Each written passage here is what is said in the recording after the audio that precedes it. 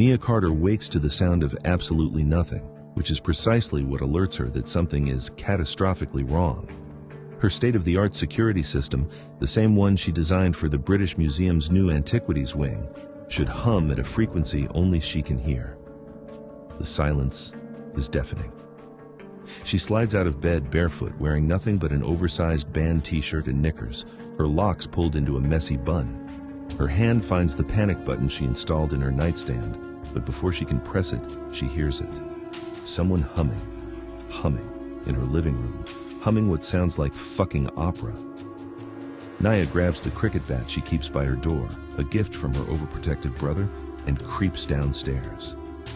The sight that greets her makes her blood simultaneously boil and freeze. A man in all black, illuminated by the glow of her laptop screen, sitting on her vintage leather sofa with his feet propped on her coffee table, eating her leftover Thai food straight from the container. He's gorgeous in that infuriating way that European men often are. Sharp jawline, dark hair falling carelessly across his forehead, and the kind of casual elegance that suggests he's never been truly uncomfortable a day in his life. He looks up when she reaches the bottom step, and his smile is slow, devastating, and completely unrepentant. "You have excellent taste in pad thai," he says in accented English, his voice smooth as expensive whiskey. "Though you should really add more chili oil. It's criminally under-seasoned."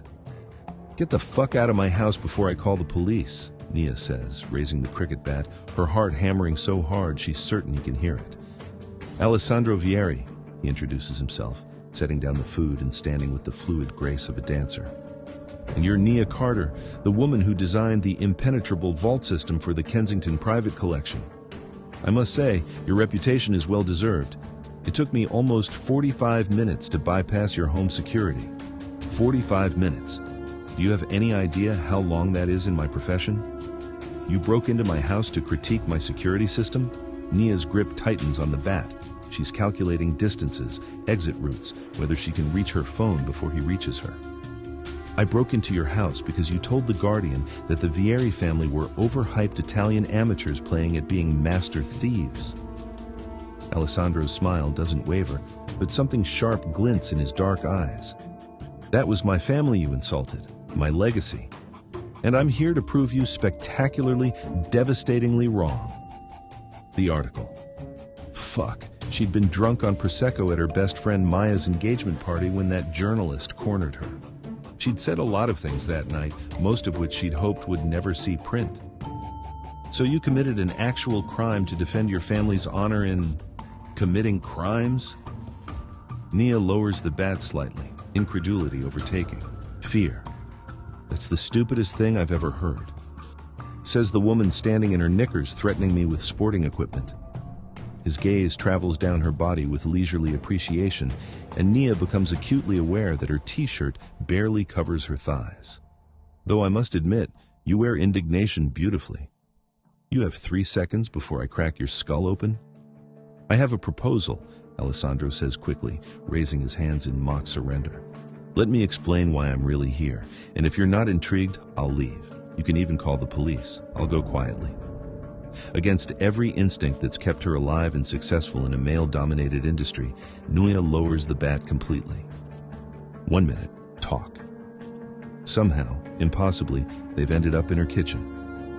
Alessandro sits at her breakfast bar while Nia makes tea, a deeply British response to a home invasion that would make her grandmother proud. She's thrown on joggers but hasn't changed her shirt, and she catches him looking at the expanse of her brown thighs more than once. "The Belmont collection," Alessandro says, accepting the tea she slides across the marble countertop. "You've heard of it?" "Everyone in my field has heard of it." Nia remains standing, keeping the counter between them.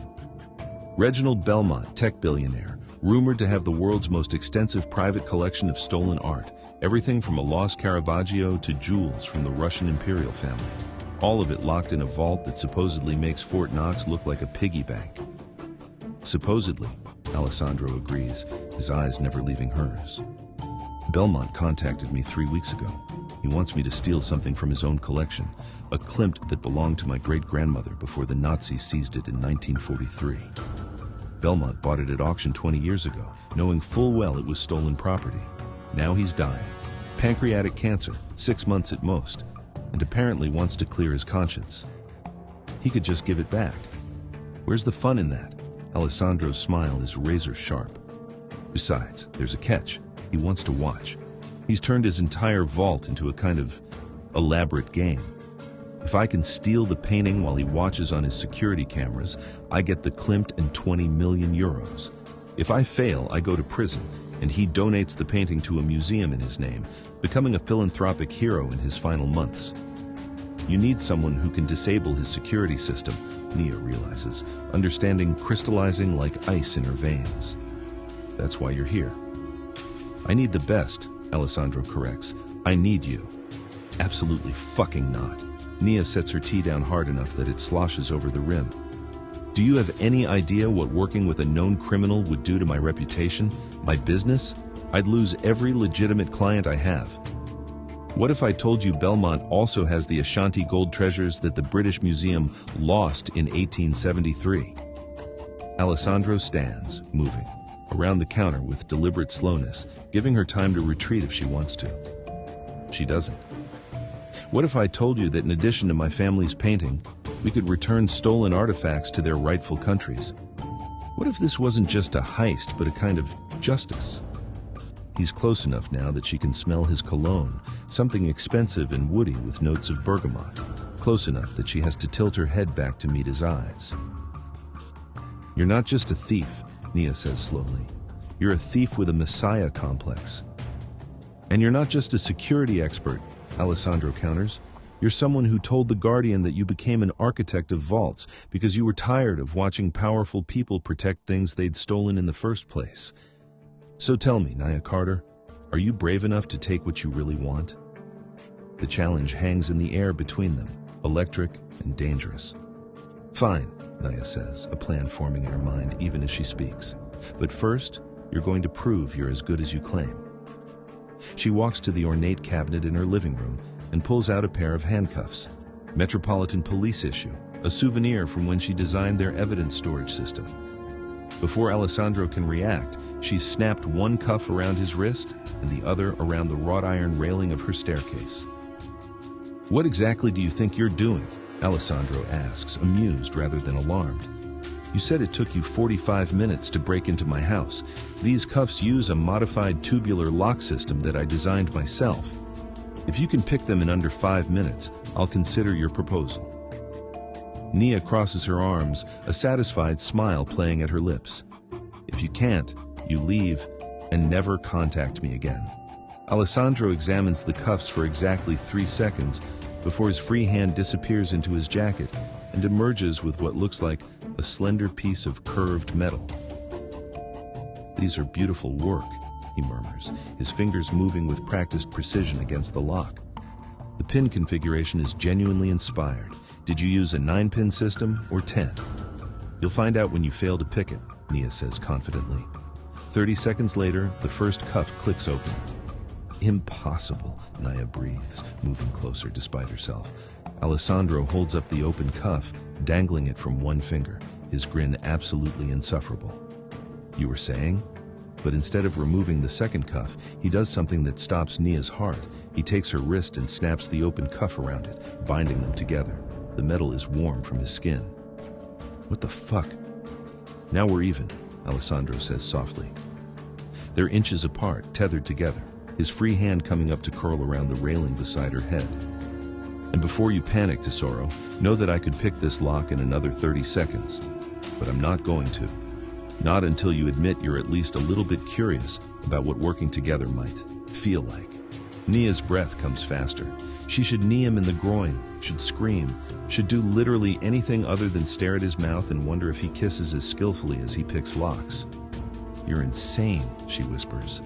You're intrigued, he counters. And damn him, he's right. She can feel her pulse hammering against the metal cuff, can feel the heat radiating from his body, can feel something dangerous and electric building in the space between them. One job, Nia hears herself say. I'll do one job with you. And if I think for 1 second that you're playing me, I'll turn you in myself. Alessandro's smile is triumphant and tender all at once. He raises their bound wrists and, maintaining eye contact, picks the lock in exactly 28 seconds. When the cuff falls away, his fingers linger on her skin for just a moment longer than necessary. "One job," he agrees, "though I have a feeling, Nia Carter, that once won't be nearly enough." He's gone before she can respond, disappearing into the pre-dawn London darkness as silently as he arrived. Nia stands in her living room, her wrist still warm where the cuff rested, staring at the business card he's left on her coffee table. It's blank except for a phone number and a single word in elegant script, debolezza. She'll Google it later and discover it's Italian for weakness. Nia calls the number 3 days later, telling herself it's purely professional interest. Alessandro answers on the first ring, as if he's been waiting. They arrange to meet in Rome to plan the heist. Neither acknowledges that they've thought about almost nothing but each other since that night. Nia's first mistake is agreeing to meet Alessandro at his apartment in Rome instead of a neutral location. Her second mistake is wearing the black dress that makes her feel powerful and desirable, the one Maya insisted she pack, just in case. Her third mistake is knocking on his door with her heart in her throat and anticipation humming through her veins like an electrical current. Alessandro answers the door in jeans and a white linen shirt rolled to his elbows, barefoot, a dish towel thrown over his shoulder, and Nia realizes with a jolt that he looks even better casually domestic than he did breaking and entering. "You cooked," she says, inhaling the scent of garlic and basil wafting from inside. "I'm Italian," he replies, as if this explains everything. "Come in, we'll discuss the job over dinner." His apartment is a study in elegant contradictions. High ceilings with exposed beams, modern furniture mixed with obvious antiques, and an entire wall covered in what appear to be architectural drawings and security schematics. But what catches Nia's attention is the artwork. Dozens of framed pieces, from crude children's drawings to what might be an actual Modigliani sketch. "My family," Alessandro says, following her gaze. "4 generations of thieves. That drawing in the corner? My nonna made it when she was 7, sketching the lock on the convent where she was being educated. She picked it 3 weeks later and ran away to marry my grandfather, who was stealing religious artifacts to sell on the black market." "That's the most romantic crime story I've ever heard," Nia says before she can stop herself. "Wait until you hear ours," Alessandro murmurs, close enough that she can feel his breath against her ear. Over dinner, homemade cacio e pepe that's so good Nia actually moans, they discuss the Belmont job. Alessandro has blueprints of the vault spread across his dining table, and Nia leans over them, her professional instincts overriding everything else. "This is remarkable," she breathes, tracing the multi-layered security system with her finger. "Pressure sensors, thermal cameras, motion detectors, and wait, is that a fucking moat?" "Belmont likes the theatrical," Alessandro confirms, refilling her wine glass. "He built his vault in a renovated castle in the Scottish Highlands. The man has flair, I'll give him that." "The man is compensating for something," Nia mutters, then looks up to find Alessandro watching her with undisguised hunger. "You're beautiful when you're plotting," he says. "You're distracting when you're breathing," she shoots back, then immediately regrets it when his smile turns molten. They work for hours, their chairs gradually moving closer until they're shoulder to shoulder, their hands occasionally brushing as they point out features on the blueprints. Alessandro explains his approach to locs with the passion of an artist discussing his craft. Nia counters with the intricate vulnerabilities she's learned to both create and exploit in security systems. "You love this," Alessandro observes as midnight approaches. "The puzzle of it, the challenge." "I love beating systems that are supposed to be unbeatable," Nia corrects. "There's a difference." "Is there?" He turns to face her fully, his knee pressing against hers. "Because from where I'm sitting, we're exactly the same. You build impossible fortresses. I tear them down. We're 2 sides of the same coin, Tesoro." "Don't call me that," Nia says, but there's no heat in it. "Why not? It suits you. Treasure. Something precious, something worth stealing." "I'm not one of your marks, Alessandro." "No," he agrees, his hand coming up to cup her jaw, his thumb tracing her cheekbone. "You're something far more dangerous. You're someone I actually want." The kiss, when it happens, feels inevitable. Alessandro's mouth is soft and demanding all at once, tasting of wine and cacio e pepe, and something fundamentally him. Nia's hands fist in his shirt, pulling him closer, and they tumble backward onto the sofa, blueprints scattering to the floor. His hands slide up her thighs, bunching her dress at her hips, and Nia arches against him, desire pooling hot and liquid in her belly. But before they can go further, Alessandro pulls back, his breathing ragged.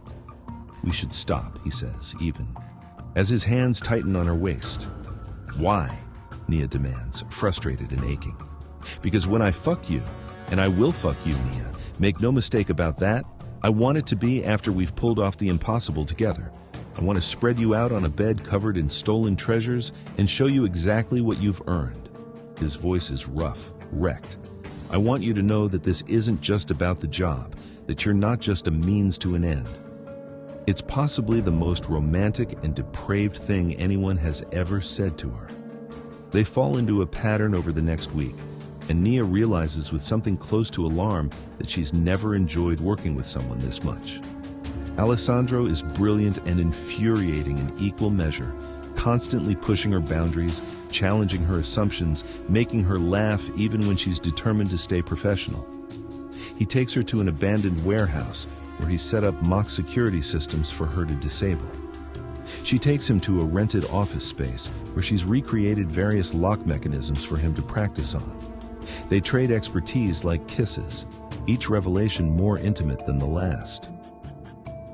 "You were trained by Robert Chen," Alessandro says one afternoon, watching her bypass a biometric scanner with casual efficiency. "I can see his influence in the way you approach three-factor authentication." "You studied under Margot Dubois," Nia counters. "That thing you do with tension wrenches, that's pure Dubois technique." "We're name-dropping security legends and lock-picking savants like other people discuss celebrity crushes," Alessandro observes, grinning. "If that doesn't turn you on, you're working with the wrong partner," Nia shoots back. The flirting is constant, electric, and never crosses the line Alessandro drew that first night, though they come devastatingly close more than once. In the Borghese Gardens, Alessandro pins her against a tree to demonstrate a close-quarters concealment technique, and they stand there for a full minute afterward, breathing hard, staring at each other. In Nia's hotel room, she demonstrates a distraction method that involves straddling his lap, and his hands grip her hips so tightly she knows she'll have bruises. But they don't kiss again. The anticipation builds like a thunderstorm on the horizon. On their last night in Rome before traveling to Scotland for the job, Alessandro takes Nia to a rooftop bar overlooking the city. The lights of Rome spread out beneath them like scattered jewels, and Nia feels unmoored, suspended between her old life and whatever this is becoming. "Tell me something true," Alessandro says, his shoulder pressed against hers as they lean on the railing. "Something you've never told anyone." Nia takes a long sip of her Negroni, considering. "I became a security expert because my father was a thief," she finally says. "Not a romantic, charming, steal from the rich thief like you. A break into houses and take whatever you can carry thief. He went to prison when I was 12. I decided I'd spend my life building the systems that would keep people like him out." She expects judgment or platitudes. Instead, Alessandro just nods slowly. "My father was arrested when I was 15, he says. "He was trying to steal a painting that supposedly belonged to our family, but it was a setup. A rival family, not the romantic, charming kind, the kind that deals in weapons and human trafficking. They framed him. He died in prison 3 years later, shivved to the throat during a riot." Alessandro's voice is carefully neutral, but Nia can hear the old pain underneath. "I became a thief to finish what he started, to get back everything our family lost, to prove we weren't just criminals, we were artists. We're both our father's children," Nia says quietly, "just in opposite directions." "Maybe," Alessandro allows, "or maybe we're exactly where we're supposed to be, together, doing something neither of them could have imagined." He turns to face her fully, and in his eyes, Nia sees something that terrifies her, genuine feeling. This isn't just chemistry or the thrill of the job, this is real. "I can't do this," she says abruptly, setting down her drink. "I can't be the person who falls for the charming thief. That's not who I am." "Then who are you, Nia?" Alessandro asks, and there's no challenge in it, just genuine curiosity. I don't know anymore, she admits. That's what scares me. Alessandro reaches out and takes her hand, threading their fingers together. Then let's figure it out. After the job, no more waiting, no more games, just you and me and whatever this is. Nia agrees, and they seal the promise with a kiss that tastes like Negroni and possibility, but neither of them sees the photographer in the shadows, capturing their embrace. By morning, photos of Alessandro Vieri with an unknown woman will be circulating in certain criminal circles, and someone from Alessandro's past will recognize Nia from her published articles. The complications are already in motion. The castle is exactly as dramatic as the blueprint suggested. A Gothic revival monstrosity perched on a cliff overlooking the North Sea, complete with turrets, a genuine moat because billionaires are nothing if not extra, and enough security to make MI6 jealous. Nia and Alessandro approach in stolen maintenance uniforms, their equipment disguised as cleaning supplies, their hearts racing in sync. Remember, Alessandro murmurs as they bypass the first checkpoint using the forged credentials Nia created, Belmont is watching. This is performance as much as theft. Then let's give him a show, Nia replies, and Alessandro's answering grin is fierce and proud. They move through the castle like shadows, Nia disabling sensors with elegant precision, while Alessandro picks locks that would stump 99% of his profession. They communicate in touches and glances, a language they've developed over hours of training that feels as intimate as sex. The vault itself is in the castle's original dungeon, because of course it is, and it's even more impressive in person than on paper. Steel doors 3 feet thick, biometric scanners, pressure-sensitive floors, and a timer. They have exactly 90 minutes to get in, retrieve the Klimt and the Ashanti gold, and get out before the secondary security system activates and locks them inside. You know what's mad? Nia whispers as she works on the biometric scanner, her fingers flying over her tablet. I'm having the time of my fucking life. That's because you're finally admitting what you've always been, Alessandro says, his hands steady as he works on the physical locks. Not the person building the walls, the person tearing them down. They work in perfect synchronization, and Nia realizes they've become something rare and dangerous. True partners. When the vault door finally swings open with a pneumatic hiss, they look at each other and grin like children on Christmas morning. Inside is a treasure trove that would make museums weep, the Klimt hanging in pride of place, its golden lovers frozen in eternal embrace, the Ashanti artifacts in climate-controlled cases, and dozens of other pieces that Nia recognizes from Interpol's stolen art database. We could take more than just what we came for, Alessandro says, and Nia hears the temptation in his voice. No, she says firmly. We take what we agreed on, nothing more. We're not like Belmont. Alessandro looks at her for a long moment, then nods. You're right. You're always right, Tesoro. It's infuriating. They bag the Klimt and the gold pieces with reverent efficiency. But as they're preparing to leave, Nia notices something. A small notebook tucked behind one of the display cases, almost hidden. On impulse, she grabs it. What's that? Alessandro asks. Don't know, but if Belmont's hiding it in his vault, it must be important. They don't have time to examine it. The timer shows 30 minutes remaining, and they need to move. The exit goes smoothly, too smoothly, a part of Nia's brain whispers. They're back in their rented car, speeding away from the castle with their stolen treasures, when Nia finally opens the notebook. What she finds makes her blood run cold. Explain this to me, Nia says, her voice deadly calm as she throws the notebook at Alessandro. Explain why Belmont has a list of every job you've ever pulled. Explain why there are photographs of me from before we met, with notes about my security designs. Explain why the last page has our names side by side with the word partnership underlined 3 times. Alessandro's face has gone carefully blank as he flips through the notebook. Nia. This whole thing was a setup, Nia continues, her voice rising. Not for the heist. For us. Belmont wanted to see if he could engineer a partnership between the world's best security architect and the world's best thief. He's been manipulating us from the beginning. That's not... Were you in on it? Nia demands. That first night, breaking into my house, was that all part of Belmont's plan? No, Alessandro stands, the notebook falling to the floor. I broke into your house because you insulted my family. Because I needed to prove something to myself. Because I'd been reading about you for months and I was curious and maybe a little obsessed. Belmont contacted me afterward. He must have been watching me watch you. But I didn't know about any of this, I swear. How convenient that the job he offered involved us working together. How convenient that he somehow knew we'd have chemistry. How convenient that Nia's voice breaks. How convenient that I finally felt something real and it turns out to be just another con. It's not a con, Alessandro says fiercely, crossing to her, gripping her shoulders. What's between us is real. Everything else might be Belmont's manipulation, but what I feel when I look at you, that's mine. That's ours. Nia wants to believe him. God, she wants to believe him so badly, but she's built her entire career on trust and verification, and right now, she can't verify anything. I need space, she says, pulling away. I need to think. Nia, please. She's proud that her voice doesn't shake. Just give me tonight. Let me process this.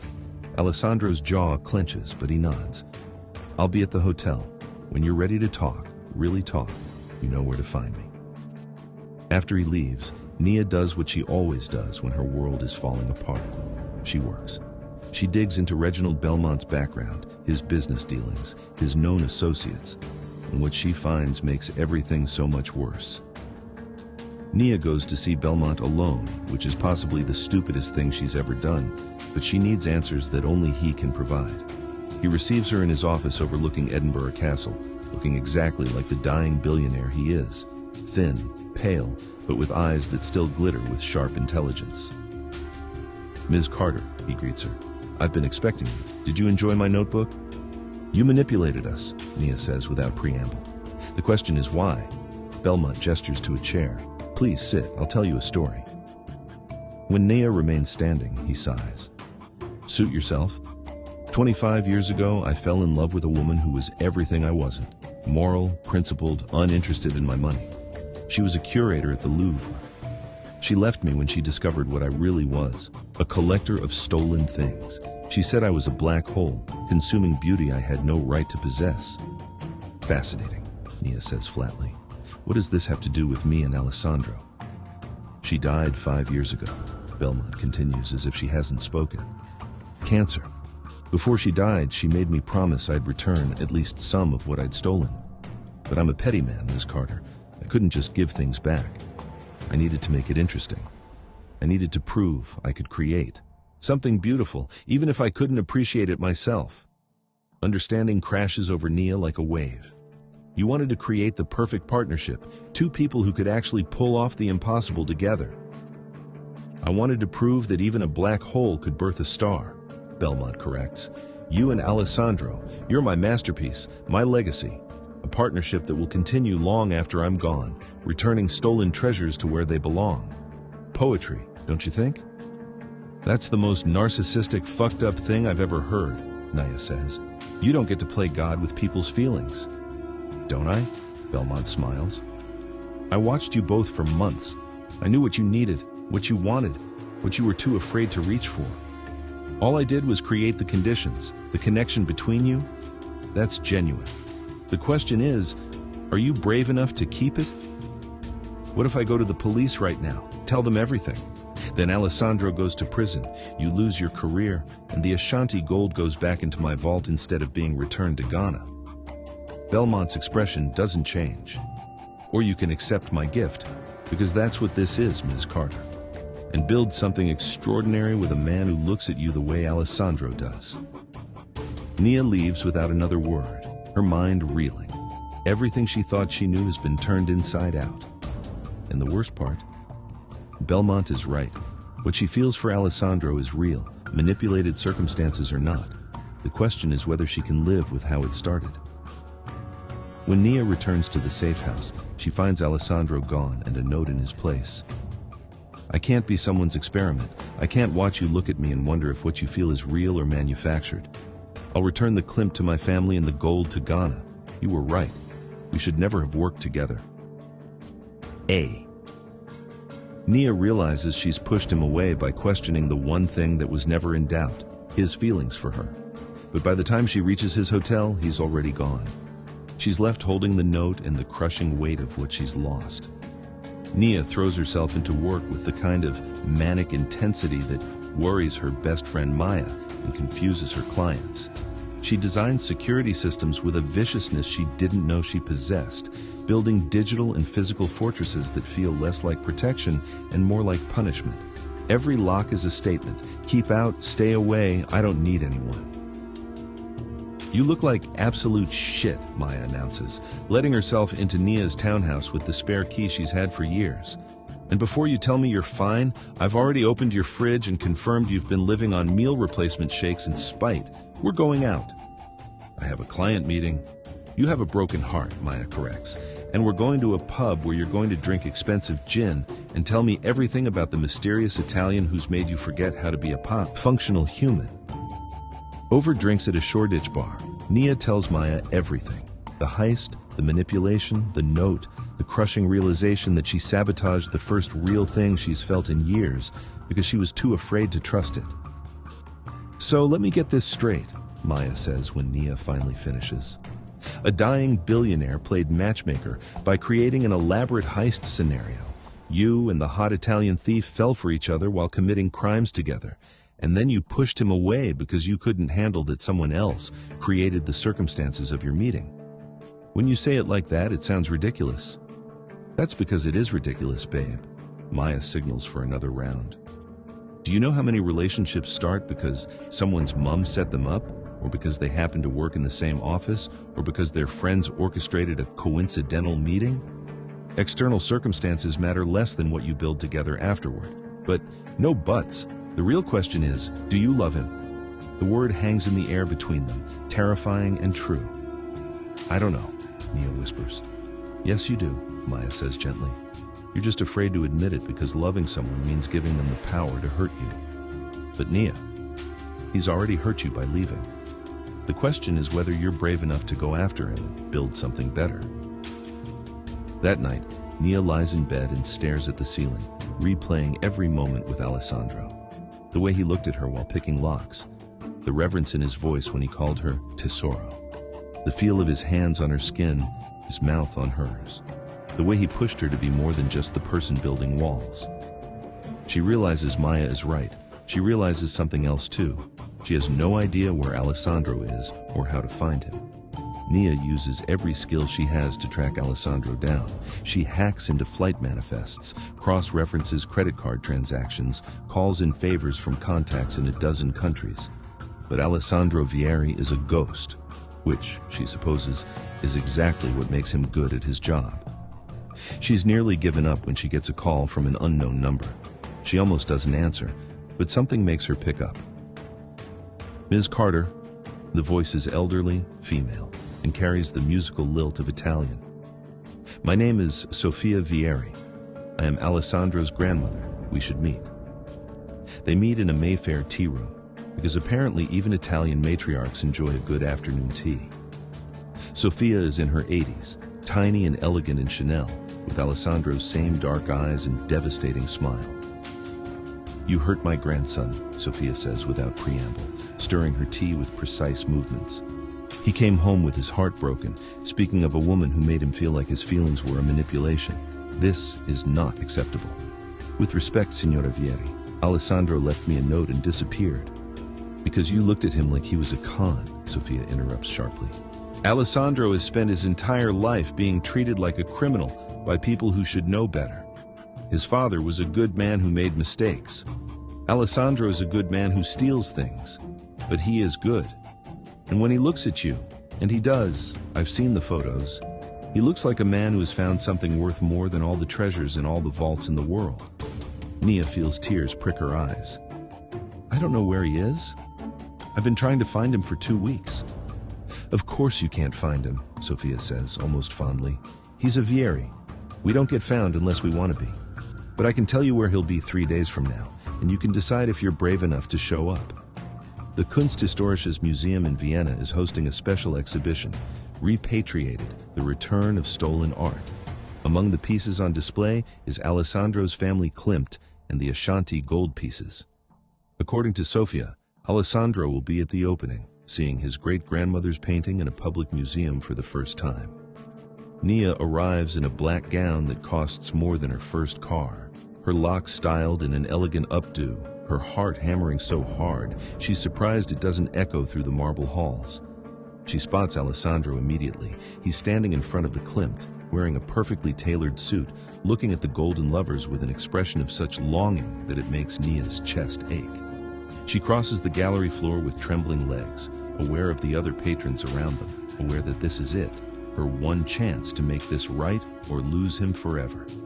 "The funny thing about walls," Nia says when she reaches him, her voice barely above a whisper, "is that the best ones aren't meant to keep everything out. They're meant to protect what's valuable inside while letting the right things in." Alessandro turns, and the shock on his face is almost comical. "Nia, I'm a coward," she continues before she loses her nerve. "I'm a coward who spent so long building defenses that I forgot how to let anyone pass them. You scaled my walls in one night, and it terrified me. When I found out Belmont had manipulated our meeting, I used it as an excuse to push you away before you could hurt me. But Alessandro, you hurt me anyway by leaving. And I hurt you by making you think what we had wasn't real." "It wasn't. It was," Nia says fiercely. "It is. Belmont might have created the circumstances, but he didn't create this." She presses her hand to her chest, then reaches out and presses it to his. "He didn't create the way you make me laugh, or challenge me, or see me as more than just my defenses. He didn't create the way I feel when you touch me, or the way I want to know every story your grandmother told you, or the way I can't fucking breathe when I think about never seeing you again." "Nia, I love you," she says, the words tumbling out in a rush. "I'm in love with you, Alessandro Vieri, and I don't care that we met while committing a crime, or that a dying billionaire played matchmaker, or that this is the most improbable, impossible, ridiculous thing that's ever happened to me. I love you, and if you can forgive me for being an idiot." Alessandro kisses her. In the middle of the museum gallery, in front of his family's recovered Klimt, in front of dozens of startled patrons, he cups her face in his hands and kisses her like she's oxygen, and he's been drowning. When they finally break apart, he's smiling that devastating smile, his eyes bright with unshed tears. "I love you too, Tesoro. I fell in love with you the moment you threatened me with a cricket bat. I've been in love with you through every lock picked and every wall scaled, and I'll keep loving you even when you're being an infuriating, defensive, brilliant idiot." "So we're doing this?" Nia asks, laughing and crying at the same time. "We're really doing this?" "We're already doing it," Alessandro corrects. "We've been doing it since the beginning. Now we're just admitting it." But before they can kiss again, a museum security guard approaches, looking uncomfortable. "Excuse me, Mr. Vieri. There's someone here who says she needs to speak with you. She says it's urgent." The woman who appears is stunning. Dark hair, expensive clothes, the kind of polished beauty that makes Nia's stomach drop. She looks at Alessandro with an expression Nia recognizes: possession. "Sandro," the woman says, her accent thick and sultry. "We need to talk. About Florence, about what happened between us, about what I know." Alessandro's face has gone carefully blank, and Nia recognizes the expression. It's the same one he wore when she first accused him of manipulation. "Not here, Juliana. Not now." The woman, Juliana, smiles, and it's not friendly. "Then when, darling? Before or after you tell your new girlfriend about the job we pulled together? The one that's about to unravel and send us both to prison?" Nia's world tilts. There's history here, complicated and dangerous, and she realizes they're not past the crisis at all. They're standing at the edge of it. Juliana Marchetti is a professional forger, one of the best in Europe, and 3 years ago she and Alessandro pulled a job together that involved replacing a stolen Botticelli with a near-perfect fake. The original owner never knew their painting had been taken, and the real Botticelli was returned to the Italian government through anonymous channels. "It was a good job," Alessandro explains, pacing his hotel room while Nia sits on the bed and Juliana lounges in an armchair like a cat with a mouse. Clean, victimless, or so we thought. Until the fake started showing signs of age that shouldn't be there for another 50 years, Juliana interjects, examining her nails. The owner is getting suspicious. They're bringing in experts. When they realize it's a forgery, they'll have questions. Questions that lead back to us. And you're here why? Nia asks, her voice carefully neutral, even as jealousy coils in her gut. To warn Alessandro out of the goodness of your heart? Juliana's smile is sharp. I'm here because I want Sandro's help fixing this, and because I thought he should know what he'd be dragging you into, Bella. The criminal life? It's not all romantic heists and clever banter. Sometimes people go to prison. Sometimes they get hurt. And sometimes, she looks pointedly at Alessandro, old lovers come back to complicate things. Are you threatening us? Nia asks. I'm offering a choice, Juliana corrects. Help me fix the Florence situation and I disappear. Refuse, and I make sure the investigation leads right to both of you. I have nothing to lose. I'm already wanted in 3 countries. But you two, you have so much to lose now. Each other, for starters. After Juliana leaves with instructions to meet her the following night, Nia and Alessandro sit in silence for a long moment. Were you lovers? Nia finally asks because she needs to know, even if the answer hurts. Yes, Alessandro says honestly. For about 6 months, 3 years ago, it was intense and unhealthy and ended badly. She wanted partnership in every sense of the word. I wanted, he pauses, then continues, I wanted what I have with you.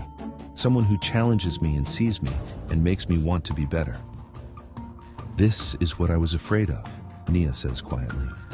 That your past would come back, that there would always be another job, another complication, another reason we can't just be together. Then let's end it, Alessandro says fiercely, kneeling in front of her. We helped Juliana fix this one last time and then we're done. No more heists, no more jobs, just you and me, building something legitimate together. What would we even do? Nia asks, but she's already thinking, ideas sparking in her mind. You're the best security architect in the world. I'm the best at breaking security systems. We could consult for museums, governments, private collectors, help them protect their treasures legally. We could even work on repatriation efforts, using our skills to identify and recover stolen art. Alessandro takes her hands. We could take everything we've learned from the wrong side of the law and use it for something right. It's perfect. It's terrifying. It's everything Nia didn't know she wanted. One last job, she agrees, and then we go legitimate. The plan is elegant in its simplicity. Break into the villa, replace Juliana's aging fake with a new fake that will pass inspection, and get out. No stealing this time, just a straight swap. Nia designs the security bypass while Alessandro and Juliana work on the physical infiltration. Working with Juliana is torture. The woman is brilliant and knows it, and she has history with Alessandro that Nia can never compete with. But Nia also notices something. Alessandro barely looks at Juliana. Every glance, every touch, every moment of attention is directed at Nia, even when it's strategically stupid to be so focused on one person. You really love her, Juliana observes when Alessandro steps away to scout the perimeter. I've never seen you like this with anyone, not even me. I'm aware, Nia says coolly. He'll break your heart eventually, Juliana continues. It's what we do. We're thieves. We take things, love included. Maybe, Nia allows, or maybe we're the exceptions. Maybe we're the ones who learn to give instead of take. The actual infiltration goes smoothly. Too smoothly, Nia's instincts whisper again. They make the swap, replace the fake with the newer fake, and are preparing to leave when alarms suddenly blare through the villa. What the fuck? Alessandro starts. Sorry, darlings, Juliana says, and there's genuine regret in her voice. But I did warn you, this life, it's never as simple as one last job. She's triggered the alarms herself, Nia realizes with a sickening lurch. This was never about fixing anything. This was about setting them up, probably to take the fall while Juliana escapes with something valuable. But Nia didn't become the world's best security architect by being naive. She's already planned for this contingency, already has a countermeasure in place. Within seconds, she's overridden the alarm system, locked down the villa's exits except for one, and triggered a localized EMP that fries Juliana's phone before she can call for backup. You set us up, Alessandro says to Juliana, his voice cold in a way Nia's never heard. I'm a thief, Juliana says with a shrug. It's what we do. No, Nia corrects, stepping forward. It's what you do. We're done with this life. And you're going to be too, because I've just uploaded every detail of every job you've ever pulled to a dead man's switch. If we get arrested, if anything happens to us, if you ever come near Alessandro again, that information goes to Interpol. Understand? Juliana's face goes white. You wouldn't. Try me, Nia says pleasantly. I spent 2 weeks learning everything about you while trying to track down Alessandro. I know about Prague, about Singapore, about the Monet you sold to the Russian oligarch, all of it. So here's what's going to happen. You're going to walk out of here, you're going to disappear, and you're never going to contact us again. And in exchange, I won't destroy your life. After Juliana leaves, shaken, furious, but ultimately defeated, Alessandro pulls Nia into his arms. That was possibly the sexiest thing I've ever witnessed. Shut up and kiss me before the police actually show up, Nia says, but she's grinning. They make it out of Florence by dawn, leaving behind the criminal underworld for good. The business card reads, Carter and Vieri Security Consultants, experts in art protection and repatriation. Their first clients include the British Museum, ironic given Nia's feelings about the institution, the Louvre, and a private collector who wants to return stolen African artifacts to their countries of origin. Alessandro moves into Nia's townhouse, and they fall into a rhythm that feels both domestic and thrilling. Morning coffee turns into debates about security protocols. Evening dinners become planning sessions for legitimate jobs. Sex is frequent, inventive, and occasionally involves the lock-picking tools Alessandro refuses to throw away. Old habits, he says with a shrug when Nia finds him practicing on the bathroom door lock. You're a disaster, she informs him. Your disaster, he corrects, pulling her into his lap. 6 months into their legitimate business venture, Alessandro returns from a meeting with the Italian government with news. They want Carter and Vieri to consult on creating a database of stolen art and the most likely methods for recovering pieces. It's a multi-year contract worth millions of euros. We did it, Nia breathes. Looking at the contract, we actually built something real. We built something better than real, Alessandro says. We built something good. That night, they celebrate on the same rooftop where they first kissed, overlooking London instead of Rome. The city lights spread beneath them, full of possibility. I've been thinking, Alessandro says, his arm around Nia's waist, about that notebook of Belmont's, the one that brought us together. What about it? He died last month. Cancer finally got him, but before he died, he left me a message through his lawyer. Alessandro pulls out a piece of paper. He said, "Thank you for proving that even a black hole can create something beautiful. May you build a life as extraordinary as the partnership I gave you." Manipulative bastard got the last word, Nia says, but there's no heat in it. He did, Alessandro agrees. But here's the thing, Tesoro. He was right. What we have, what we've built, it is extraordinary. And yes, he created the circumstances that brought us together, but we created everything that came after. The love, the trust, the partnership, the future. That's all us.